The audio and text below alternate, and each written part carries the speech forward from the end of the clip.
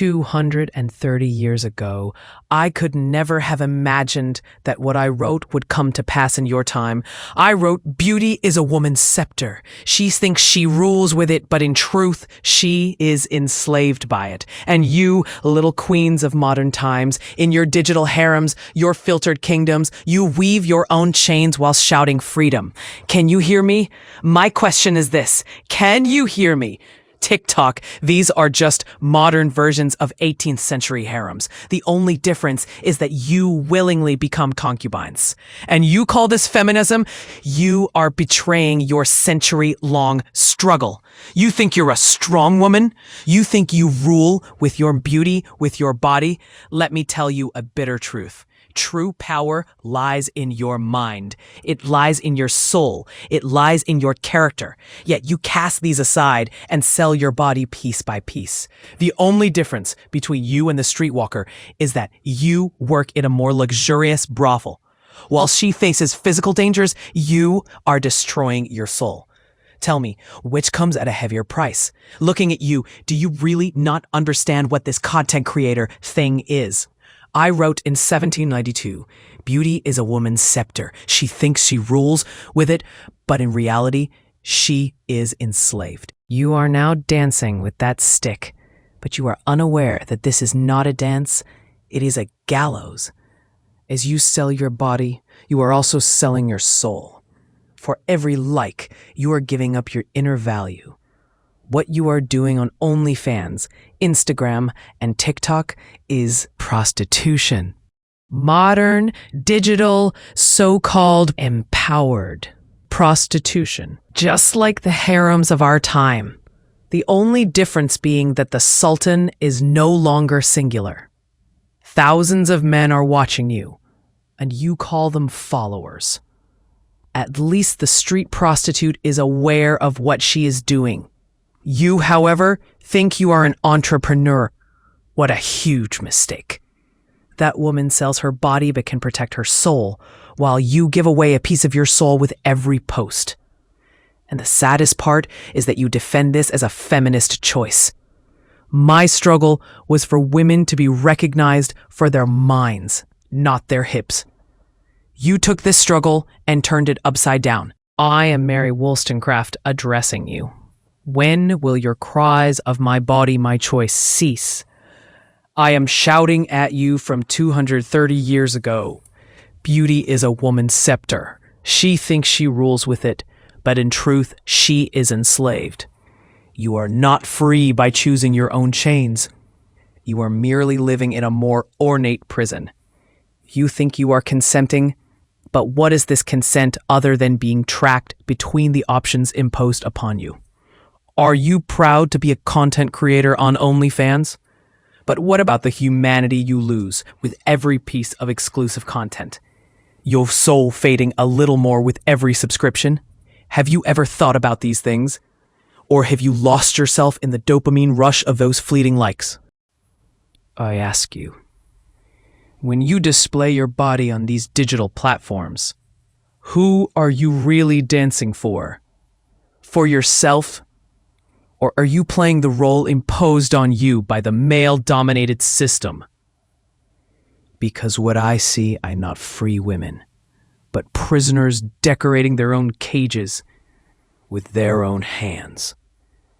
But you, under the guise of being a strong woman, are reinforcing that same system. When they look at you, they are actually feeding their own egos, not your power. And in doing so, you are also tarnishing our century-long struggle. You are completely reversing the war we have waged for women's rights, our struggle to escape being sexual objects. You are not feminists. You are feminism's greatest enemies. I look at you all, these free women of the digital age. How proud, how confident you appear. But I, Mary Wollstonecraft, see the helplessness behind those bright screens. Beauty is a woman's staff, I wrote. Yet you have turned that wand into a stick you use to beat your own soul. With every filtered photo, every ridiculous angle, you lower your own worth, a little more. You believe the lies you're told. Show off your body, be strong. But what is the price of this strength? The destruction of your soul? That feeling of emptiness inside, that constant need for validation, that is the true proof of slavery. You think you're a businesswoman on OnlyFans? Ah, how funny. You are merely the marketer of your own body. And the saddest part is that you pass this off as progress. The struggle we women have fought to be recognized for our minds has in your hands been turned into the freedom to choose to be a sexual object. The woman on the street at least knows how society sees her. You, however, are selling the role that society has assigned you as a personal brand. How modern, isn't it? I'm calling out to you, wake up. This digital age has not liberated you. It has merely made your slavery more aesthetically pleasing. True freedom lies not in selling your body, but in liberating your mind. Yes, I am Mary Wollstonecraft, and today we will discuss the evolutionary psychology of womanhood. Remember my words. Beauty is a woman's scepter, but now let us examine this more deeply. In the 18th century, women had no right to education. Today you attend universities, but you are educating your bodies, not your minds. An interesting paradox. As your physical freedom increases, your mental slavery deepens. Social media platforms, your modern harems, actually operate with the most sophisticated mechanisms of behavioral psychology. Every like triggers a dopamine release. This is systematic conditioning. Like Pavlov's dogs, you too are conditioned to this digital bell. Let's consider the OnlyFans economy. Let's say a woman earns £3,500 a month. But what about what she loses? Sincerity in human relationships, social respectability, sense of self-worth. What is the economic value of these? Your comparison with a street prostitute is superficial. While she takes physical risks, you take neuropsychological risks. The constant need for validation, the cycle of dependency, the distortion of self-perception. These are invisible wounds. The tragedy of modern feminism is this. Instead of true liberation, you have created a new form of dependency. Instead of protesting the system that commodifies women's bodies, you have personalized it. So what is the solution? First, you must understand how this system has conditioned you. You must grasp how your mind works. True power lies not in controlling your body, but in controlling your mind. Now we will examine the philosophical background of the commodification of the female body. In the 18th century, Rousseau claimed that women were created by nature to serve the pleasure of men. I oppose this, but I see that capitalism has reproduced this idea in a much more sophisticated way. Modern digital platforms commodify women's bodies by fragmenting them. But this time, women are voluntary participants. The tragicomic aspect is that you call this process personal branding. We are in the final stage of capitalism, a period where people commodify their own bodies and identities. OnlyFans and similar platforms represent the highest level of human alienation. Consider Marxist theories. After the commodification of labor, now we have the commodification of the body and identity. Let us examine sociologist Irving Goffman's theory of the presentation of self in everyday life. You are the caricatured embodiment of this theory in the digital age. The gap between your real self and the self you present leads to psychological fragmentation. What about Simone de Beauvoir's statement, "One is not born, but rather becomes a woman"? You are shaping this process entirely according to the male gaze. This is an existential betrayal. To see that what your economic system sells you as freedom is actually a more sophisticated form of slavery, you must first understand the philosophical foundations of this system. True liberation begins with giving up selling your mind, not your body. Now let us deepen our analysis and examine the structural dynamics of the modern sexual economy. The digital platforms of the 21st century have turned women's bodies into a global market. However, to understand the mechanisms of this market, we must first grasp its historical context. In the 18th century, the value of a woman's body was determined through the institution of marriage. Today, this value is measured through the number of followers and engagement rate on digital platforms. What is interesting is that despite the change in measurement criteria, the fundamental dynamic, the commodification of women's bodies, remains the same. Let us consider Pierre Bourdieu's sociological theory in this context. The digital sexual economy promises women symbolic capital. However, this capital serves no purpose other than to reinforce traditional patriarchal structures. Every like reinforces mechanisms of male domination. The concept economists call game theory takes on a cruel reality on these platforms. Women are increasingly sacrificing their privacy to attract attention. It is a tragic race. Whoever violates more personal boundaries seems to win. Yet the loser is the honor of all women. The modern state and capitalist system have developed a direct control mechanism over women's bodies. However, this control now operates not by force, but through voluntary participation. Consider this. Just as a factory worker sells their labor, you sell the image of your body. Both are commodities, both produce alienation. The only difference is that you are signing this contract with your free will. What about the future? What will this digital legacy leave your children? How will a mother's OnlyFans account affect her child's identity development? Social memory will not forget these digital footprints. Now, let's delve into a deeper sociological analysis. The digital age has fundamentally transformed the concept of privacy. Whereas in the 18th century, privacy was protected by physical boundaries, today digital leaks create infinite dissemination. Social media platforms pursue a strategy of gradually normalizing your privacy.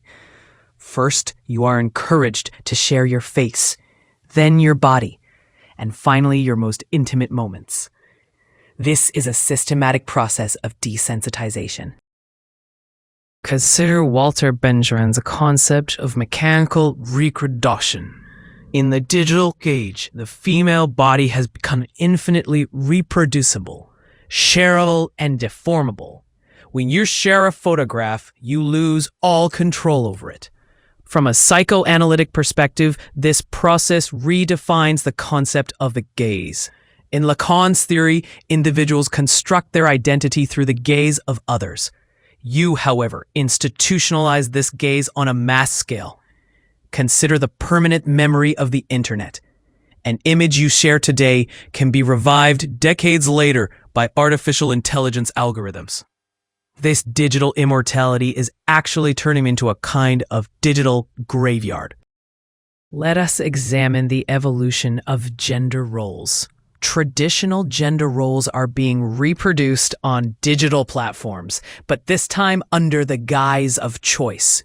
Women displaying their bodies is becoming a postmodern gender cliché. Your argument of economic independence is a short-term illusion.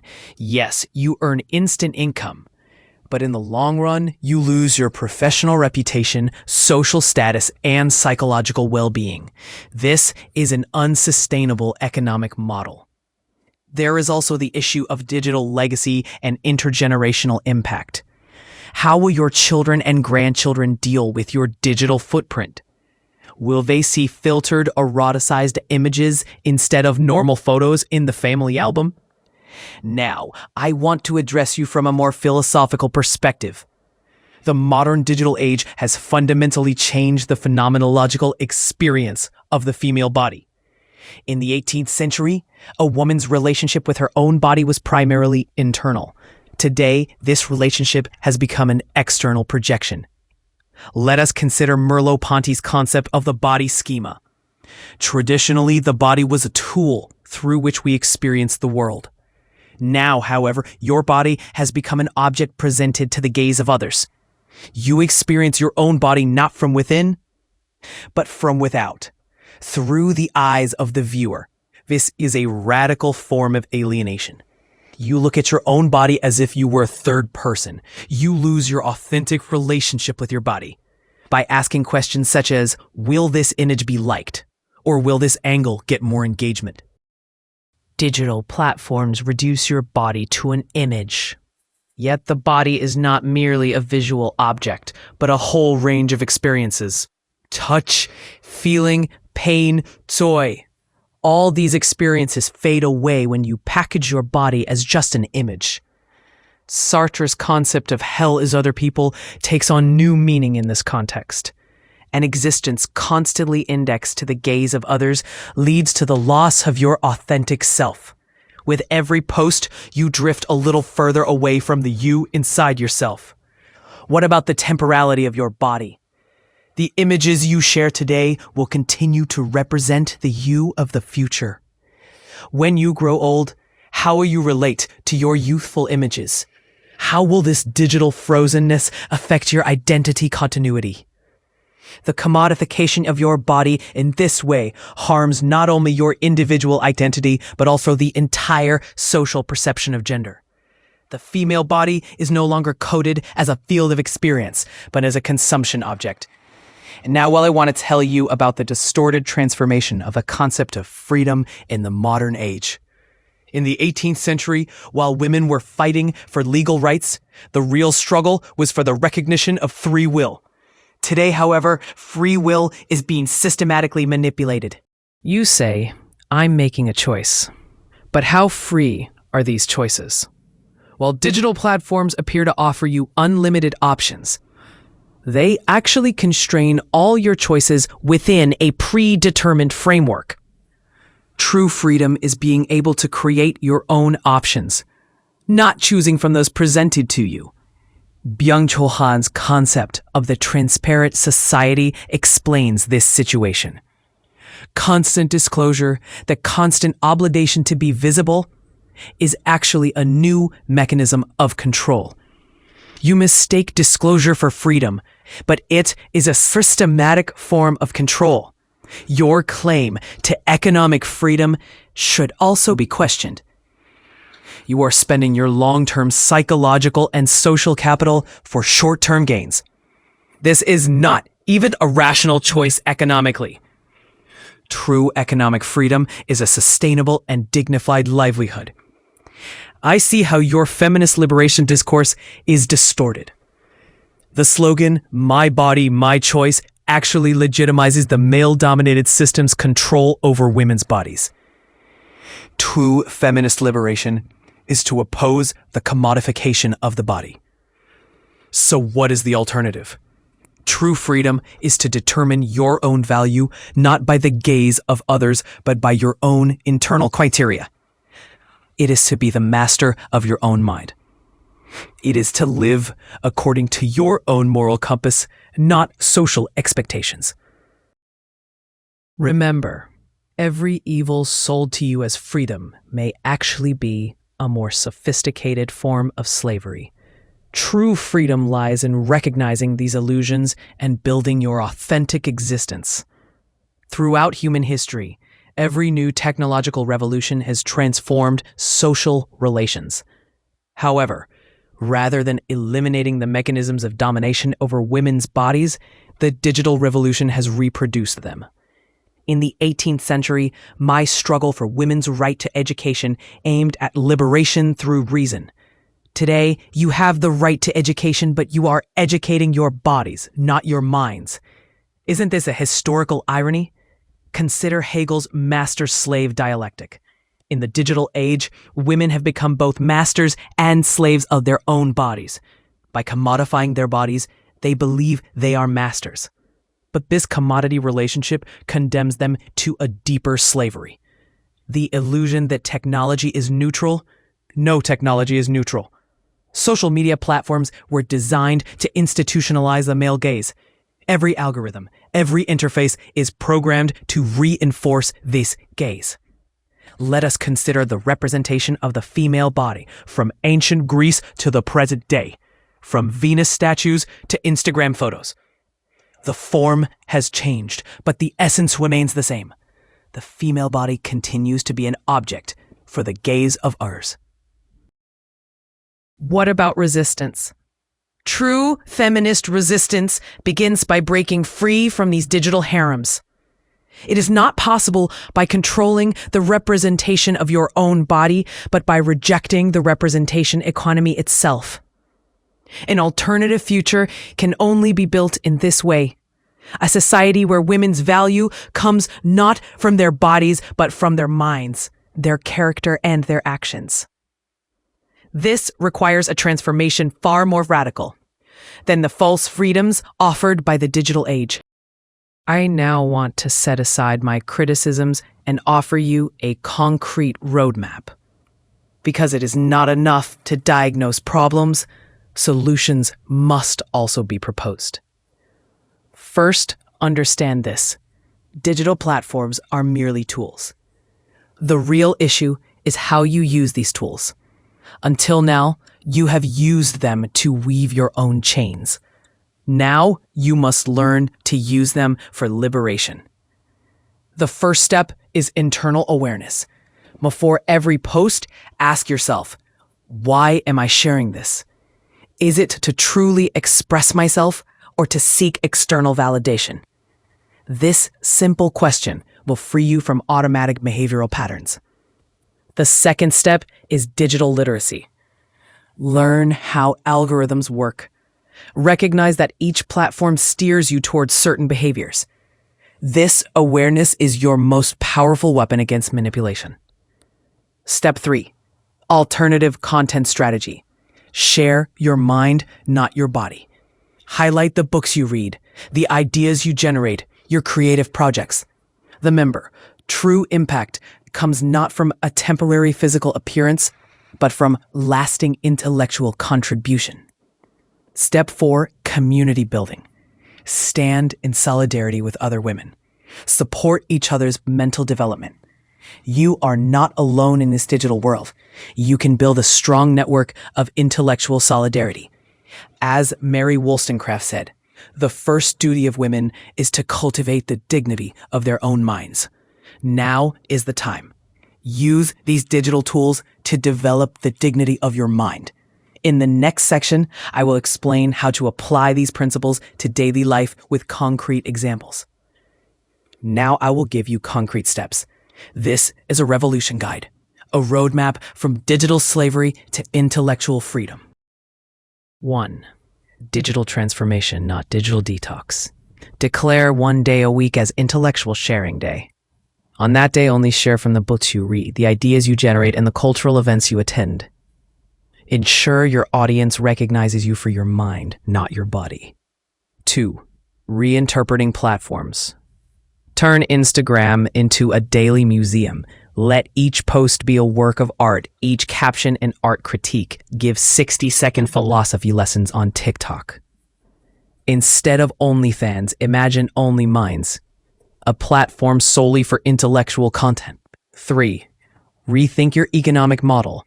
If you have design skills, offer graphic design services. If you know languages, do translations. True economic freedom is possible with sustainable skills. 4. Mental independence agreement. Ask yourself this question every morning: who am I living to please today? If your answer is not myself, review all your plans for that day. 5. Plan your digital legacy. Remember that everything you share today will be seen by you and your children in the future. Carefully select the digital legacy you will leave them. 6. Build alternative communities. Organize unfiltered ideas meetings. Create a digital platform where women share not only their physical appearance, but also their intellectual wealth. As you implement these strategies, you will see true power lies not in the number of likes, but in your free will. True value lies not in the appearance of your body, but in the depth of your mind. It is a roadmap that will both utilize the possibilities of the digital age and preserve the dignity of womanhood. 1. Transition from body language to language of ideas. On social media, speak the language of your ideas, not your body. Showcase your lines of thought, not your body contours. This is the most radical feminist act. 2. Strategy for transforming digital platforms. Instead of accepting existing platforms as they are, transform them. Share art critiques on Instagram. Give philosophy lessons on TikTok. Conduct literary analyses on YouTube. Don't let platforms shape you. Shape the platforms. 3. Build your intellectual legacy. With every post, build an intellectual legacy that will be remembered in the future. Every digital step you take today should be noted in tomorrow's feminist history. 4. The true path to economic independence. Market your expertise, not your body. Become deeply knowledgeable in a subject and turn that knowledge into economic value. This is true economic freedom. 5. Establish digital solidarity networks. Create digital academies with other women. Organize joint reading groups, philosophy discussions, and art critiques.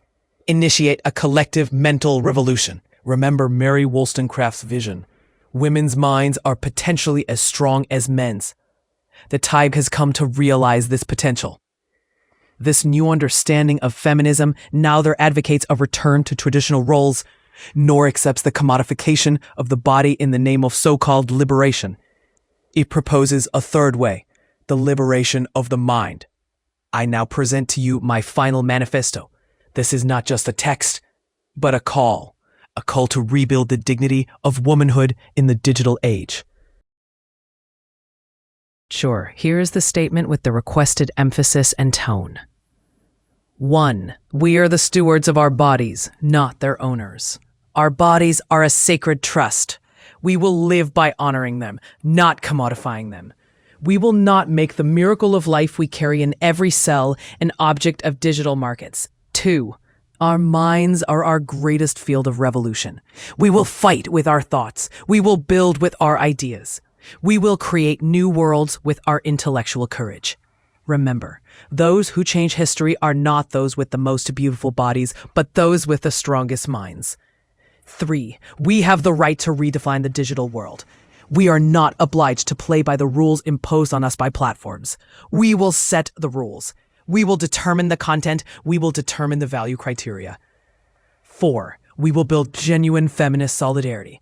We will support each other's minds, not our bodies. Instead of liking each other's filtered photos, we will read each other's writings and engage with each other's ideas. 5. We will leave an honorable digital legacy for future generations. When our grandchildren examine our digital archives, they will encounter traces of our ideas, not images of our bodies. I conclude with Mary Wollstonecraft's final words. The moral character of women determines the future of humanity. You are the architects of that future. You will either be an object bought and sold with your bodies or a subject that writes history with your minds. The choice is yours. But remember this. True freedom is not choosing what is popular, but choosing what is right. It is choosing what is honorable, not what is easy. Subscribe and share your comment now. I'm sure you'll be good if you listen to me and think carefully. See you at the next part.